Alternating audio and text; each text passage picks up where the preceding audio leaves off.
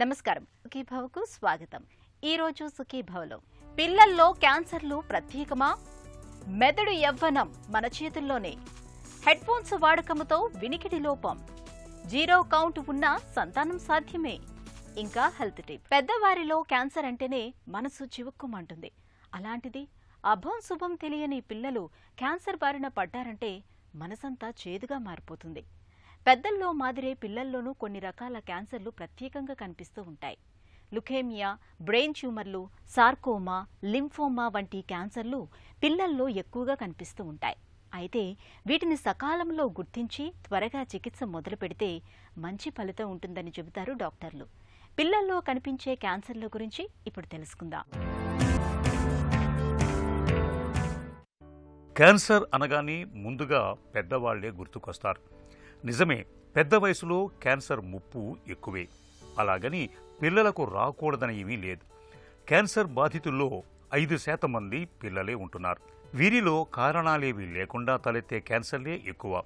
చెడు అలవాట్ల వంటి ముప్పు కారణాలేవీ లేకపోయినా పిల్లలు క్యాన్సర్ బారిన పడటం ఒక రకంగా దురదృష్టకరమని అనుకోవచ్చు. ఇందులో చిన్నారుల తప్పేమీ లేదు. పుట్టుకతోనే జన్యువుల పనితీరు అస్తవ్యస్తం కావటం దీనికి మూలం. వంశపారపర్యంగా అంటే కుటుంబంలో ఎవరైనా క్యాన్సర్ బారిన పడి ఉండటం వల్ల రావచ్చు. అసలు ఎలాంటి కారణాలు లేకపోయినా రావచ్చు. మంచి విషయం ఏమిటంటే పిల్లల్లో తలెత్తే క్యాన్సర్లన్నీ దాదాపుగా నయం చేయదగినవే. పిల్లల్లో 90% మందిలో క్యాన్సర్ పూర్తిగా నయమవుతుందని చెబుతారు నిపుణులు. పిల్లల్లో వచ్చే క్యాన్సర్స్కి పెద్దవాళ్లలో వచ్చే క్యాన్సర్స్కి డిఫరెన్స్ ఏంటంటే పెద్దవాళ్లలో ఎక్కువ కాలం ఒక చెడు అలవాటు అంటే పొగాకు సంబంధించిన ఉత్పత్తుల వల్ల కానీ, ఆల్కహాల్ వల్ల కానీ, క్రానిక్ ఇరిటేషన్ వల్ల కానీ, వైరల్ ఇన్ఫెక్షన్స్ వల్ల కానీ, క్రానిక్ ఇన్ఫ్లమేటరీ స్టేట్ లావుగా ఉండి ఎక్సర్సైజ్ చేయకుండా బరువు ఎక్కువ ఉండి వాళ్ళలో ఈ క్రానిక్ ఇన్ఫ్లమేటరీ స్టేట్ వల్ల క్యాన్సర్స్ వస్తాయి. కానీ పిల్లల్లో వచ్చే క్యాన్సర్స్ ఏంటంటే జన్యు మార్పుడు వల్ల జన్యువుల్లో ప్రాబ్లం రావడం వల్ల క్యాన్సర్స్ వస్తాయి. కాబట్టి పిల్లల్లో క్యాన్సర్స్ డిఫరెంట్గా బిహేవ్ చేస్తాయి. పర్టికులర్గా పిల్లల్లో వచ్చే క్యాన్సర్స్ అన్నీ కూడా చాలా స్పీడ్గా స్ప్రెడ్ అవుతాయి. అలాగనే ఒక particular type of cancers are very common in children. ఒకటి ఏంటంటే blood cancers, bone cancers, soft టిష్యూలో వచ్చే క్యాన్సర్స్ అంటే ర్యాబ్డోమయోసా, కిడ్నీలో ఒక రకమైన క్యాన్సర్, ఎడ్రినల్లో ఒక రకమైన క్యాన్సర్, లివర్లో ఒక రకమైన క్యాన్సర్, బోన్లో ఒక రకమైన క్యాన్సర్. ఇలాంటివన్నీ పిల్లల్లో చాలా కామన్గా ఫస్ట్ 5 yearsలోనే కూడా వచ్చే అవకాశాలు ఉన్నాయి. పిల్లల్లో క్యాన్సర్లు పెద్ద వయసులో వచ్చే క్యాన్సర్ల వంటివి కావు.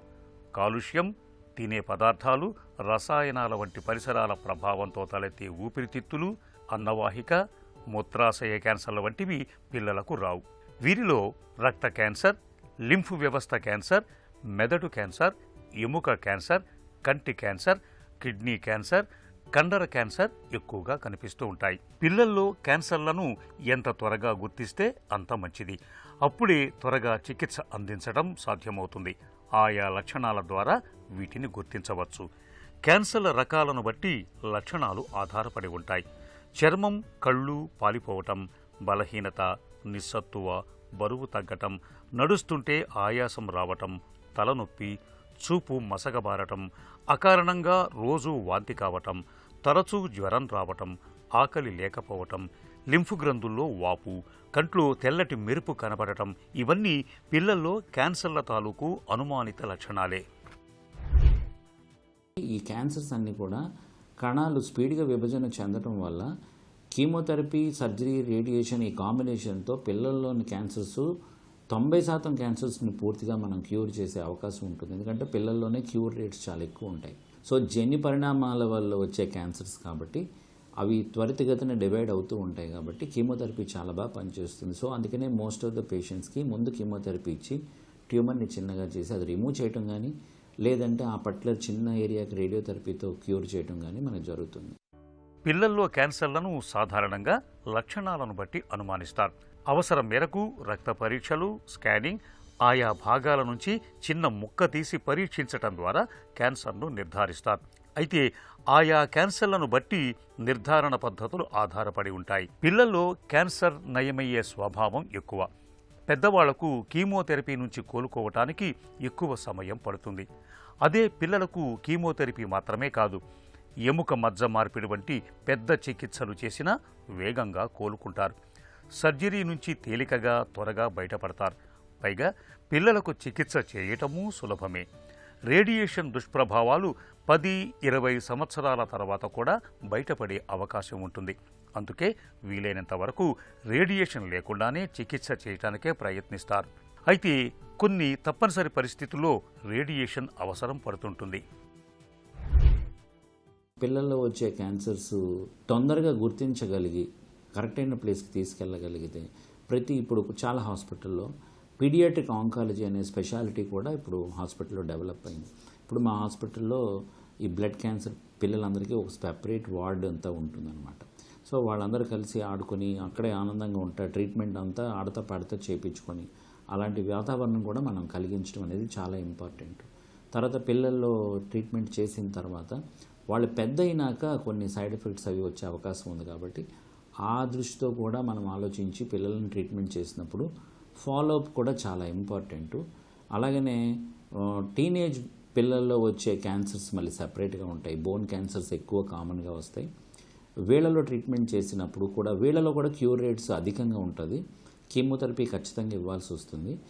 వీళ్ళలో ముఖ్యంగా వాళ్ళు తర్వాత క్యూర్ అయిపోయిన తర్వాత పెళ్లి చేసుకొని పిల్లల్ని కనాలంటే ప్రాబ్లం వచ్చే అవకాశం ఉంటుంది. కాబట్టి ముందుగానే వాళ్ళ ఓవం కానీ స్పర్మ్ కానీ కలెక్ట్ చేసుకొని వాటిని ఫ్రీజ్ చేసి ట్రీట్మెంట్ పూర్తి అయిపోయినాక ఎప్పుడు అవసరమైతే అప్పుడు ఆ కణాలని మళ్ళీ సంతానోత్పత్తి కోసం మనం ఉపయోగించవచ్చు.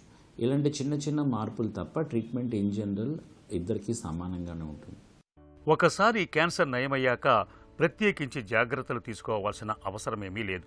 మామూలుగా అందరిలాగే హాయిగా జీవిస్తారు. కీమోథెరపీ దుష్ప్రభావాలు 1-2 నెలల వరకే ఉంటాయి. తర్వాత ఇబ్బందులేవీ ఉండవు. పెద్దవారిలో క్యాన్సర్ చికిత్స పూర్తయ్యాక 5 ఏళ్లు దాటితే గానీ నయమైందని చెప్పలేం. అదే పిల్లల్లో 2 ఏళ్లు దాటినా జబ్బు తిరగబెట్టకపోతే పూర్తిగా నయమైనట్టుగానే భావించవచ్చు. హెల్త్ న్యూస్ మీకోసం.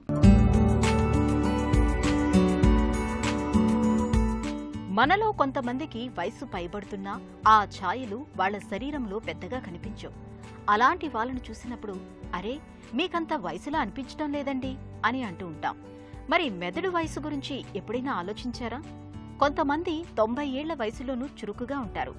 మరికొందరు నిండా 50 రాకుండానే 70లలో ఉన్నట్లుగా ప్రవర్తిస్తూ ఉంటారు. మరి ఇలాంటి వాళ్ళ మెదడు అసలు వయసుని కనిపెట్టడం ఎలా అని ఆలోచించారు స్వీడన్లోని కరోలిన్సికా ఇన్స్టిట్యూట్కి చెందిన పరిశోధకులు. ఇందుకోసం 70 ఏళ్లు దాటి శారీరకంగా మానసికంగా చురుకుగా ఉన్నవారిని, అలాగే అల్జీమర్స్ డిమెన్షియాతో బాధపడుతున్న వారిని కూడా తీసుకుని వారి మెదడుని ఏఐ సాయంతో విశ్లేషించారు. డయాబెటీస్, గుండె జబ్బులు ఉన్నవారితో పాటు రక్తనాళాలు బలహీనంగా ఉన్న వారిలో కూడా మెదడు చురుకుగా లేకపోవటం, వయసుకు మించి వృద్ధాప్య లక్షణాలు ఉండటాన్ని పరిశోధకులు గమనించారు. ఇక కొందరిలో వాళ్ల శారీరక వయసు కన్నా మెదడు వయసు తక్కువగా ఉండటాన్ని కూడా శాస్త్రవేత్తలు గమనించారు. వీళ్లలో ఎలాంటి మతిమరుపు సమస్యల్ని గుర్తించలేదు. ఇందుకు కారణాన్ని విశ్లేషించినప్పుడు వాళ్లంతా మంచి అలవాట్లకి ప్రాధాన్యమిస్తూ వ్యాయామం, పోషకాహార నియమాలపై చక్కగా దృష్టి పెట్టారని, అనునిత్యం తూచా తప్పకుండా వాటిని పాటించారని తేలింది. అంటే క్రమం తప్పకుండా వ్యాయామం చేస్తూ చక్కటి సమతుల ఆహారం తీసుకుంటే ఎవరైనా ఏ వయసులోనైనా ఎప్పటికీ చురుకుగా ఉండొచ్చని పరిశోధకులు చెబుతున్నారు. ప్రస్తుతం చిన్న పెద్ద అనే తేడా లేకుండా ప్రతి ఒక్కరి చేతిలోనూ స్మార్ట్ ఫోన్ ఉంటుంది. దీనికి తగ్గట్టుగానే అందరి దగ్గర ear phones, Bluetooth ear buds కూడా ఉంటున్నాయి. చుట్టూ ఎంతమంది ఉన్నా తలకు ఇయర్ ఫోన్స్ తగిలించుకుని చెవుల్లో బ్లూటూత్ బడ్స్ ని పెట్టుకుని వాటితోనే జీవిస్తున్నారు మనలో చాలా మంది. ఫోన్తో మాట్లాడటం, సినిమాలు, వీడియోలు చూడటం, పాటలు వినటం, ఇలా పని ఏదైనా చెవిలో హెడ్ ఫోన్స్ ఉండాల్సిందే. అయితే ఇలా గంటల తరబడి చెవులకు ఇయర్ ఫోన్స్ తగిలించుకుని వినటం వల్ల వినికిడి దెబ్బతినే ప్రమాదం ఉంటుందని చెబుతున్నారు డాక్టర్లు. హెడ్ ఫోన్ల వాడకంతో ఎదురయ్యే కష్ట నష్టాలు, వాటిని అధిగమించే మార్గాల గురించి ఇప్పుడు తెలుసుకుందాం.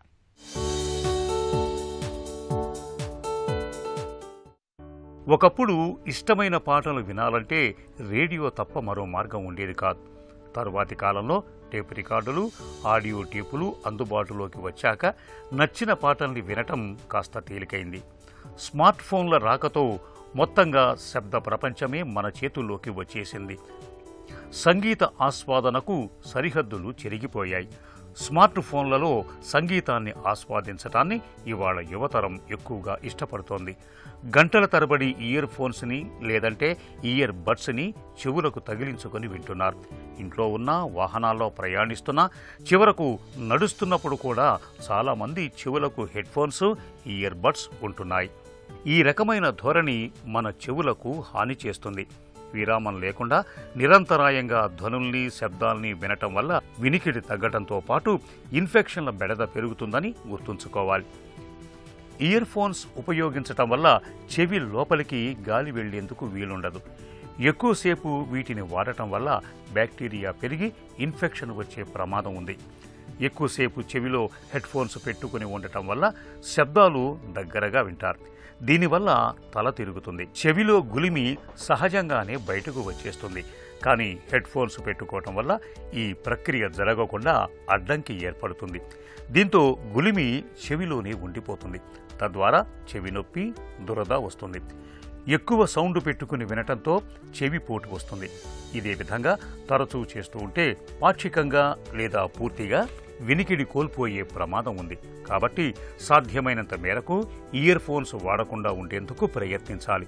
ఒకవేళ ఇయర్ ఫోన్స్ వాడటం తప్పనిసరి అయినట్లయితే ప్రతి అరగంటకోసారి విరామం తీసుకోవాలి. దీంతో చెవిలోకి గాలి ప్రసరణ చక్కగా జరుగుతుంది. 70 నుంచి 80 డెసిబుల్స్ శబ్దం వరకు మాత్రమే వినేలా జాగ్రత్త తీసుకోవాలి. నాణ్యమైన హెడ్ ఫోన్స్ వాడటం ఉత్తమం. చెవిలో నొప్పి, దురద, వినికిడిలో ఏవైనా ఇబ్బందులు తలెత్తితే ఆలస్యం చేయకుండా వెంటనే వైద్యుని సంప్రదించి చికిత్స తీసుకోవాలి. వీర్య కణాలు తక్కువగా ఉన్నప్పుడు, ఉన్న కణాలు ఆరోగ్యకరంగా లేనప్పుడు పురుషుల్లో సంతాన సాఫల్యత అన్నది సమస్యగా మారుతుంది. అయితే కొంతమందిలో వీర్య కణాలు అసలు ఏమాత్రం ఉండవు. ఈ రకమైన పరిస్థితిని జీరో కౌంట్గా పిలుస్తారు. సాధారణంగా అయితే ఇలాంటప్పుడు గర్భధారణ సాధ్యం కాదనే చెబుతారు. అయితే జీరో కౌంట్ ఉన్నప్పటికీ బీజాల్లో ఎక్కడో ఓ చోట 1-2 వీర్యకణాలు మిగిలే ఉంటాయి. స్పర్మ్ రిట్రైవల్ పద్ధతిలో వాటిని సేకరించి శుద్ధి చేసి ఆపై ఐవీఎఫ్ వంటి పద్ధతుల సాయంతో సంతాన భాగ్యాన్ని సాధ్యం చేయొచ్చంటారు డాక్టర్లు. జీరో కౌంట్ ఉన్నప్పుడు సంతాన సాఫల్యత అవకాశాల గురించి డాక్టర్ని అడిగి ఇప్పుడు తెలుసుకుందాం. పురుషుల్లో కొంతమందిలో జీరో కౌంట్ ఉందనే మాట వింటుంటాం. అసలేమిటి పరిస్థితి? ఒక మగవాళ్ళకి ప్రెగ్నెన్సీ రావటానికి ఛాన్సెస్ ఉన్నాయా లేదా, ఉంటే ఎంతవరకు ఛాన్సెస్ ఉన్నాయి అని తెలుసుకోవడానికి ఒక ఇంపార్టెంట్ టెస్ట్ చేస్తాం. అదే సెమెన్ అనాలిసిస్. ఈ సెమెన్ అనాలిసిస్ చేసినప్పుడు 3 చూస్తాం. అందులో అంటే స్పర్మ్ కౌంట్, స్పర్మ్ మొటిలిటీ, స్పర్మ్స్లో ఏమైనా డిఫెక్ట్స్ ఉన్నాయా లేదా అనేవి ఈ 3 ఆస్పెక్ట్స్ చూస్తాం. ఈ టెస్ట్ చేసినప్పుడు ఎవరికైతే స్పర్మ్ కౌంట్ అనేది కనపడదో, అంటే ఒక్క కణం కూడా వీర్య కణం అనేది కనపడదో, ఆ ప్రాబ్లం ఉన్న వాళ్ళకి ఎజోస్పర్మియా అని అంటాం. అంటే జీరో కౌంట్, అంటే ఒక్క వీర్య కణం కూడా మనకి కనిపించదు. అసలు వీర్య కణాలే లేకపోవడానికి కారణాలేంటి? పిట్యూటరీ గ్లాండ్ లేకపోతే హైపోథాలమస్, ఇవన్నీ హార్మోన్స్ ప్రొడ్యూస్ చేసే గ్లాండ్స్. సో ఈ గ్లాండ్స్లో స్పర్మ్ ప్రొడ్యూస్ అవ్వటానికి ఏవైతే హార్మోన్స్ అవసరమో అవి ప్రొడక్షన్ అనేది సరిగ్గా లేకపోతే, తక్కువ ఉంటే స్పర్మ్స్ అనేవి తయారవ్వక మనకి జీరో కౌంట్స్ వస్తాయి. సెకండ్ లెవెల్ టెస్టిస్ లెవెల్లో, అంటే టెస్టిస్లోనే ప్రాబ్లం ఉంది, అంటే మోస్ట్లీ ఆ టెస్టిస్ అనేది డ్యామేజ్ అవ్వటము లేకపోతే ఫార్మేషన్లోనే సరిగ్గా ఫామ్ కాలేదో అన్నప్పుడు కూడా కౌంట్స్ ఒక్కొక్కసారి జీరో వస్తాయి. థర్డ్ లెవెల్ టెస్టిస్ నుంచి స్పర్మ్స్ బయటకి రావాలి అని అంటే 2 వైపులా వాస్ డిఫరెన్స్ అని పైప్స్ లాగా ఉంటాయి. అందులోంచి స్పర్మ్స్ ట్రావెల్ అయ్యి బయటకి రిలీజ్ అవుతాయి. సో ఈ ట్యూబ్స్లో ఎక్కడన్నా కానీ బ్లాక్స్ ఉన్నా కూడా కౌంట్ జీరోగా రావచ్చు. సో ఈ 3 ప్రాబ్లమ్స్ రావడానికి మళ్ళీ చాలా రీజన్స్ ఉన్నాయి. ఏంటి అని అంటే జెనెటిక్. సో జీన్స్లో ఏదన్నా ప్రాబ్లం ఉన్నా కూడా ఈ 3 లెవెల్స్లో ఎక్కడన్నా ఇబ్బంది కలగచ్చు. సో రెండవది కంజెనిటల్, అంటే పుట్టుకతో ప్రాబ్లమ్స్ ఉండటం. కొంతమందికి టెస్టిస్ పుట్టినప్పుడు పొట్టలోనే ఉండిపోతాయి, బయటకి రావు. సో అలా ఉన్నప్పుడు వాళ్ళకి కూడా కౌంట్స్ జీరో ఉంటాయి. థర్డ్ ప్రాబ్లము ట్రామా, ఎప్పుడన్నా తలకి దెబ్బ తగలడం కానీ, డైరెక్ట్గా టెస్టిస్కి దెబ్బ తగలడం కానీ, లేకపోతే గ్రాయిన్లో దెబ్బ తగలడం కానీ, లేదా ఏదైనా సర్జరీస్ అయినప్పుడు కూడా ఈ బ్లాక్ అవ్వటం వల్లనో లేకపోతే హార్మోన్ ప్రొడక్షన్ సరిగ్గా లేకనో కూడా ఒక్కొక్కసారి కౌంట్స్ 0 అవుతాయి. వీర్యకణాలు లేకపోవడం అనేది వంశపారంపర్యంగా కూడా ఉంటుందా? పర్సన్ ఏ అనే అతను ఐవీఎఫ్ ద్వారా పిల్లల్ని కనినప్పుడు ఒకవేళ ఆ బిడ్డ మగబిడ్డ అయితే సేమ్ ఏదైతే తండ్రికి ప్రాబ్లం ఉందో అది మగబిడ్డకి మళ్ళీ వచ్చే ఛాన్సెస్ ఉంటాయి. అంతేకాని నార్మల్గా ప్రెగ్నెన్సీ వచ్చే వాటిల్లో తండ్రి నుంచి పిల్లలకి వెళ్ళటం అనేది ఉండదు. 0 కౌంట్ ఉన్నప్పుడు ఎలాంటి పరీక్షలు చేస్తారు? భార్యకు పరీక్షలు అవసరమా? ఎజోస్పర్మియా అనే ప్రాబ్లం ఆర్ 0 కౌంట్స్ ఉన్న వాళ్ళకి కొన్ని టెస్టులు చేసుకొని ఎక్కడ ప్రాబ్లం ఉంది అని తెలుసుకుంటాం. ఈ టెస్ట్లలో ఫస్ట్ చేసేది హార్మోన్స్ అనేవి ఎలాగా ఉన్నాయి అంటే ఈ స్పర్మ్ ఫార్మేషన్కి కావాల్సిన హార్మోన్స్ ఏవైతే బ్రెయిన్ నుంచి వస్తాయో ఫస్ట్ అవి టెస్ట్ చేస్తాము. దీనివల్ల ప్రాబ్లం ఏ లెవెల్లో ఉంది అనేది తెలుస్తుంది.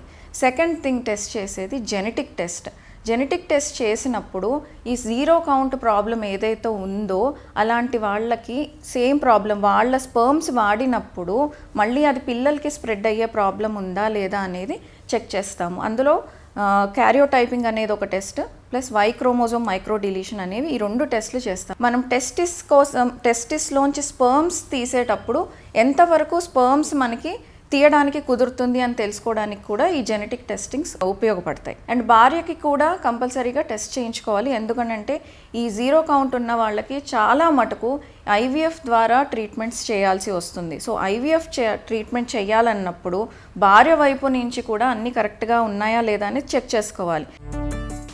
మందులతో కౌంట్ పెరిగే అవకాశం ఉందా? చికిత్స ఎంతకాలం తీసుకోవాలి?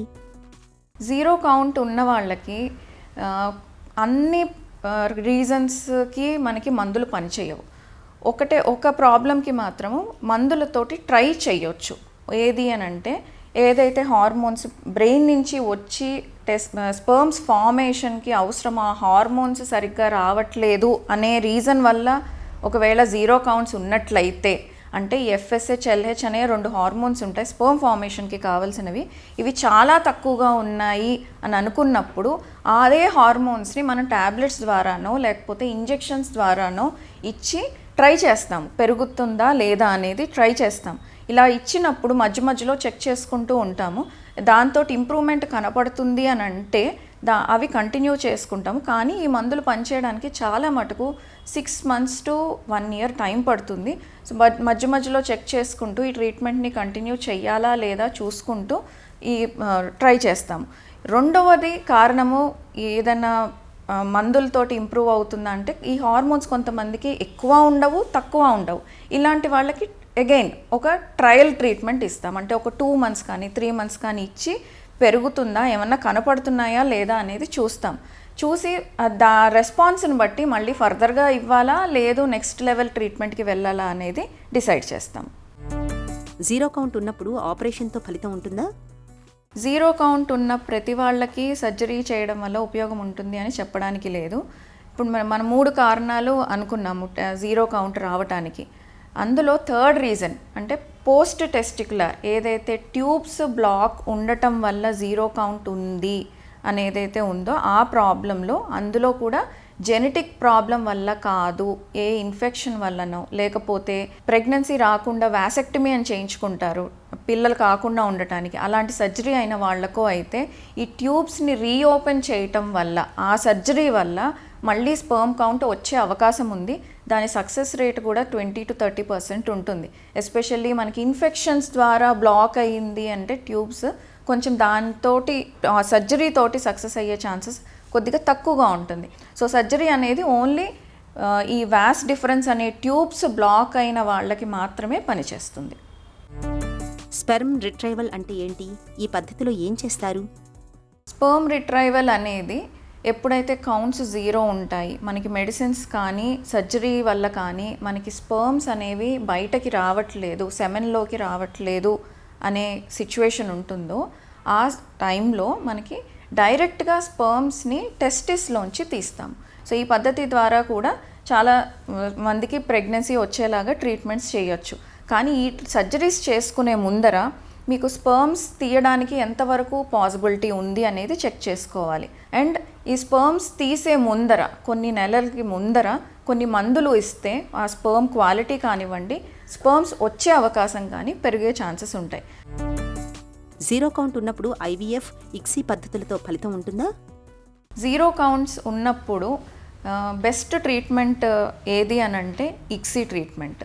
ఎందుకు అని అంటే మనకి స్పర్మ్స్ వచ్చేవి చాలా కొంచెం నెంబర్లో వస్తాయి. కొద్దిగా వచ్చిన స్పర్మ్స్ తోటి మనం చేయగలిగింది ట్రీట్మెంట్ ఇక్సీ ట్రీట్మెంట్. ఐవీఎఫ్ కూడా కాదు. ఐవీఎఫ్కి ఇక్సీకి డిఫరెన్స్ ఏంటి అని అంటే ఐవీఎఫ్ పద్ధతిలో ఒక ఎగ్కి చుట్టూతా ఒక 10,000 స్పర్మ్స్ని రిలీజ్ చేసి వదిలేస్తాము. ఎగ్ని ఏదో ఒక స్పర్మ్, ఆ 10,000లో ఏదో ఒక స్పర్మ్ వెళ్ళి ఫర్టిలైజ్ చేస్తుంది. కానీ మనకి జీరో కౌంట్స్ ఉన్నప్పుడు 100స్లో కూడా రావు స్పర్మ్స్. సో అందుకని ఐవీఎఫ్ పద్ధతి వాడటానికి ఉండదు.